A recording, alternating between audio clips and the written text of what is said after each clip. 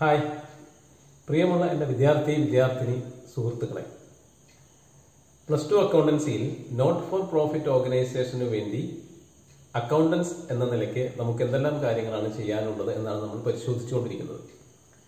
ഒരു not for profit ഓർഗനൈസേഷന്റെ accountants എന്ന നിലയ്ക്ക് ഒരു അക്കൗണ്ടിംഗ് പീരീഡിനൊടുവിൽ എന്തെല്ലാം ഫിനാൻഷ്യൽ സ്റ്റേറ്റ്മെന്റ്സ് നമുക്ക് തയ്യാറാക്കാനുണ്ട് എന്ന് നമ്മൾ പരിശോധിക്കുകയായിരുന്നു. പ്രധാനമായും 3 ഫിനാൻഷ്യൽ സ്റ്റേറ്റ്മെന്റ്സ് ആണ് നമുക്ക് തയ്യാറാക്കാനുള്ളത്. ഒന്നാമത്തേത് റെസിപ്റ്റ്സ് ആൻഡ് പേയ്മെന്റ്സ് അക്കൗണ്ട്, രണ്ടാമത്തേത് ഇൻകം ആൻഡ് എക്സ്പെൻഡിച്ചർ അക്കൗണ്ട്, മൂന്നാമത്തേത് ബാലൻസ് ഷീറ്റ്. ഇതിൽ ഒന്നാമത്തെ റെസിപ്റ്റ്സ് ആൻഡ് പേയ്മെന്റ്സ് അക്കൗണ്ട് എങ്ങനെ തയ്യാറാക്കാമെന്നും അതിന്റെ വിശദമായ ഫോർമാറ്റ് എന്താണ് എന്നും നമ്മൾ കഴിഞ്ഞ ക്ലാസ്സിൽ പരിചയപ്പെട്ട് കഴിഞ്ഞു. ഇനി നമുക്ക് രണ്ടാമത്തേതിലേക്ക് കടക്കാം. അതായത് ഇൻകം ആൻഡ് എക്സ്പെൻഡിച്ചർ അക്കൗണ്ട് എങ്ങനെ തയ്യാറാക്കാം. ഇൻകം ആൻഡ് എക്സ്പെൻഡിച്ചർ അക്കൗണ്ട് എങ്ങനെ തയ്യാറാക്കാം എന്ന് ആലോചിക്കുന്നതിന് മുൻപ് നമുക്ക് റെസിപ്റ്റ്സ് ആൻഡ് പേയ്മെന്റ്സും ഇൻകം ആൻഡ് എക്സ്പെൻഡിച്ചറും തമ്മിലുള്ള പ്രധാനപ്പെട്ട വ്യത്യാസം എന്താണ് എന്ന് നമുക്കൊന്ന് ആലോചിക്കാം. റെസിപ്റ്റ്സ് ആൻഡ് പേയ്മെന്റ്സ് അക്കൗണ്ടിൽ നമ്മൾ എല്ലാ തരത്തിലുള്ള റെസിപ്റ്റ്സും അതുപോലെ തന്നെ എല്ലാ തരത്തിലുള്ള പേയ്മെന്റ്സും ഉൾപ്പെടുത്തി. അതായത് റെസിപ്റ്റ് ഏത് വർഷത്തേക്ക് ബാധകമായതാണ് എന്നോ അല്ലെങ്കിൽ അതൊരു റവന്യൂ റെസിപ്റ്റ് ആണോ അല്ലെങ്കിൽ ക്യാപിറ്റൽ റെസിപ്റ്റ് ആണോ എന്നോ നമ്മൾ പരിഗണിച്ചിട്ടില്ല. പേയ്മെന്റ്സിന്റെ കാര്യത്തിലും അത് ഏത് വർഷത്തേക്ക് ബാധകമായതാണ് എന്ന് നമ്മൾ നോക്കിയില്ല.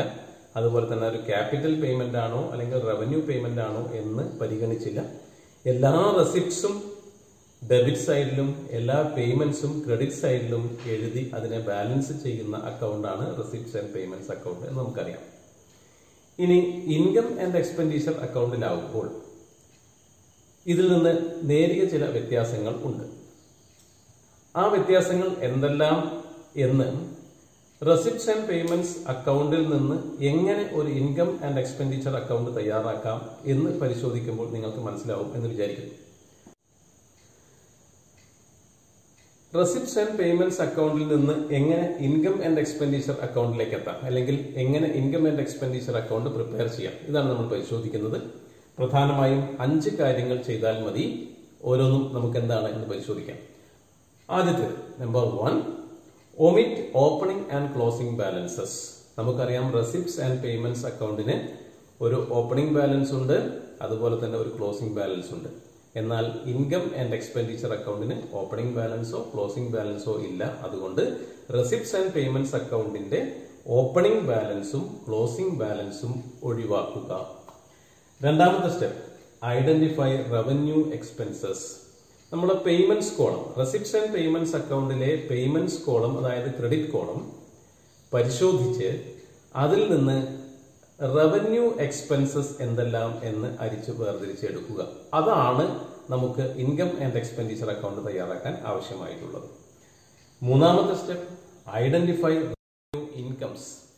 റെസിപ്റ്റ്സ് ആൻഡ് പേയ്മെന്റ്സ് അക്കൗണ്ടിലെ റെസിപ്റ്റ് കോളം, അതായത് ഡെബിറ്റ് കോളം പരിശോധിക്കുക. അതിൽ നിന്ന് റവന്യൂ ഇൻകംസ് മാത്രം അരിച്ചു വേർതിരിച്ചെടുക്കുക. അതാണ് ഇൻകം ആൻഡ് എക്സ്പെൻഡിച്ചർ അക്കൗണ്ട് തയ്യാറാക്കാൻ നമുക്ക് ആവശ്യമായിട്ടുള്ളത്. അതായത് ക്യാപിറ്റൽ എക്സ്പെൻസസോ അല്ലെങ്കിൽ ക്യാപിറ്റൽ ഇൻകംസോ നമ്മൾ തൽക്കാലം പരിഗണിക്കുന്നില്ല എന്നർത്ഥം. നാലാമതായി മേക്ക് പ്രൊവിഷൻസ്. പ്രൊവിഷൻസ് നിങ്ങൾക്കറിയാം, ബാഡ് ഡെപ്റ്റ് അല്ലെങ്കിൽ ഡിപ്രീസിയേഷൻ, ഇത്തരം കാര്യങ്ങൾക്ക് വേണ്ടി നമ്മൾ ഒരു പ്രൊവിഷൻ വെക്കാറുണ്ട്. അക്കൗണ്ടിങ്ങിൽ ഫൈനൽ അക്കൗണ്ട് പ്രിപ്പയർ ചെയ്യുമ്പോൾ പ്രൊവിഷൻ വെക്കാറുണ്ട്. ആ പ്രൊവിഷൻസ് ക്രിയേറ്റ് ചെയ്യുക എന്നതാണ് നാലാമത്തെ സ്റ്റെപ്പ്. അഞ്ചാമതായി income and expenditure account balance ചെയ്യുക. ഇത്രയും കാര്യങ്ങൾ ചെയ്തുകൊണ്ടാണ് നമ്മൾ റെസിപ്റ്റ്സ് ആൻഡ് പേയ്മെന്റ്സ് അക്കൗണ്ടിൽ നിന്ന് ഇൻകം ആൻഡ് എക്സ്പെൻഡിച്ചർ അക്കൗണ്ടിലേക്ക് എത്തുന്നത്. ഇതിനിടയിൽ നമ്മൾ ശ്രദ്ധിക്കേണ്ട ഒരു കാര്യം ഞാൻ നേരത്തെ സൂചിപ്പിച്ചിരുന്നു. അക്കൗണ്ടിങ്ങിൽ കാര്യങ്ങൾ ഓർത്തു വെക്കാനുള്ള ഒരു സൂത്രം എന്ന് പറയുന്നത്, പ്രധാന കാര്യങ്ങളെല്ലാം തന്നെ വരുന്നത് ആൽഫബറ്റിക് ഓർഡറിന്റെ വിപരീതത്തിലാണ്. Debit, credit, liabilities, assets, receipts, payments, ഇങ്ങനെ ആൽഫബറ്റിക് ഓർഡറിന് വിപരീതത്തിലാണ് ക്രമം. എന്നാൽ ഇൻകം ആൻഡ് എക്സ്പെൻഡിച്ചറിൽ അങ്ങനെയല്ല. ഇൻകം ആൻഡ് എക്സ്പെൻഡിച്ചർ അക്കൗണ്ടിൽ ആദ്യം വരുന്നത് എക്സ്പെൻസസ് ആണ്. അതായത് ഡെബിറ്റ് കോളത്തിൽ എക്സ്പെൻസസ് ആണ് നമ്മൾ രേഖപ്പെടുത്തുന്നത്. അതിനുശേഷം ആണ് ഇൻകം വരുന്നത്. അതായത് ക്രെഡിറ്റ് കോളത്തിലാണ് ഇൻകം വരുന്നത് എന്ന് ഓർക്കുക.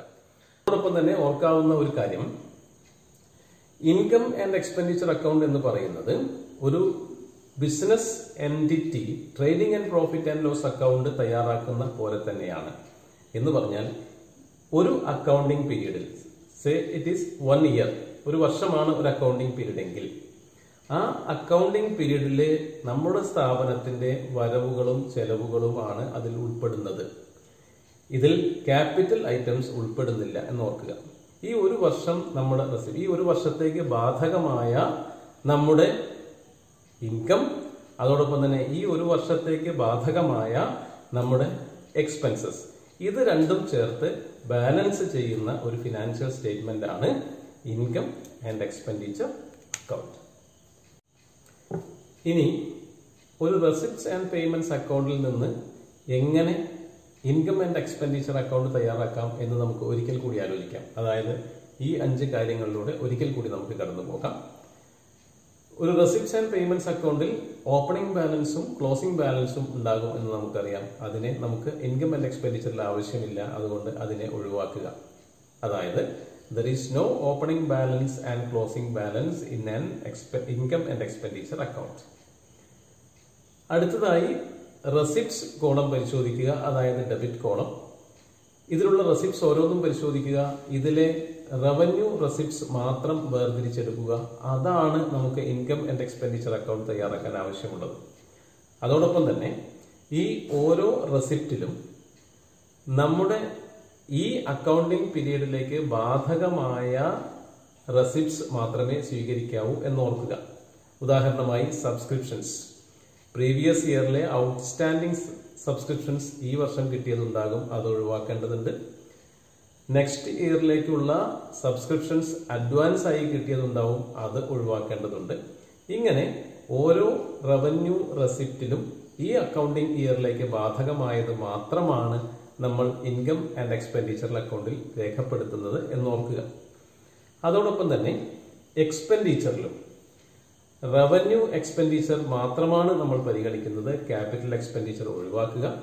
ഓരോ റവന്യൂ എക്സ്പെൻഡിച്ചറിലും ഈ അക്കൗണ്ടിംഗ് പീരീഡിലേക്ക് ആവശ്യമായ സംഖ്യ മാത്രം എടുക്കുക. എന്ന് പറഞ്ഞാൽ ഏതെങ്കിലും ഒരു എക്സ്പെൻസിൽ അടുത്ത വർഷത്തേക്കുള്ളത് അഡ്വാൻസ് ആയി കൊടുത്തിട്ടുണ്ടെങ്കിൽ അത് ഒഴിവാക്കണം. പ്രീവിയസ് ഇയറിലെ ഔട്ട്സ്റ്റാൻഡിംഗ് ആയത് ചെയ്തിട്ടുണ്ടെങ്കിൽ അത് ഒഴിവാക്കണം. അതായത് ഈ അക്കൗണ്ടിംഗ് ഇയറിലേക്ക് ബാധകമായ ഇൻകവും എക്സ്പെൻഡിച്ചറും മാത്രം വെച്ചുകൊണ്ടാണ് നമ്മൾ ഇൻകം ആൻഡ് എക്സ്പെൻഡിച്ചർ അക്കൗണ്ട് തയ്യാറാക്കുന്നത്. ഇനി ഇത് ചെയ്തു കഴിഞ്ഞാൽ ഈ അക്കൗണ്ടിനെ നമുക്ക് ബാലൻസ് ചെയ്യേണ്ടതുണ്ട്. ഈ അക്കൗണ്ടിനെ ബാലൻസ് ചെയ്താൽ കിട്ടുന്നത് ഒന്നുകിൽ സർപ്ലസ് ആയിരിക്കും, അല്ലെങ്കിൽ ഡെഫിസിറ്റ് ആയിരിക്കും. അതായത് ഇൻകം കൂടുതലും എക്സ്പെൻസ് കുറവുമാണെങ്കിൽ ഫണ്ട് സർപ്ലസ് ആണ് എന്നർത്ഥം, ഫണ്ട് ബാക്കി ഇരിപ്പുണ്ട് എന്നർത്ഥം. അതല്ല, ഇൻകം കുറവും എക്സ്പെൻസ് കൂടുതലുമാണെങ്കിൽ ഒരു ഡെഫിസിറ്റ് ആണ് അവിടെ ഉള്ളത് എന്നോർക്കുക. ഇത് രണ്ടായാലും ഇതിനെ നമ്മൾ ക്യാപിറ്റൽ അക്കൗണ്ടിലേക്ക് മാറ്റുകയാണ് ചെയ്യുക. ഇത്രയും കാര്യങ്ങൾ ചെയ്താൽ ഒരു ഇൻകം ആൻഡ് എക്സ്പെൻഡിച്ചർ അക്കൗണ്ട് പൂർത്തിയായി എന്ന് പറയാം. ഇനി നമുക്ക് ഒരു ഇൻകം ആൻഡ് എക്സ്പെൻഡിച്ചർ അക്കൗണ്ടിന്റെ ഒരു ഫോർമാറ്റ് കൃത്യമായി പരിചയപ്പെടാം.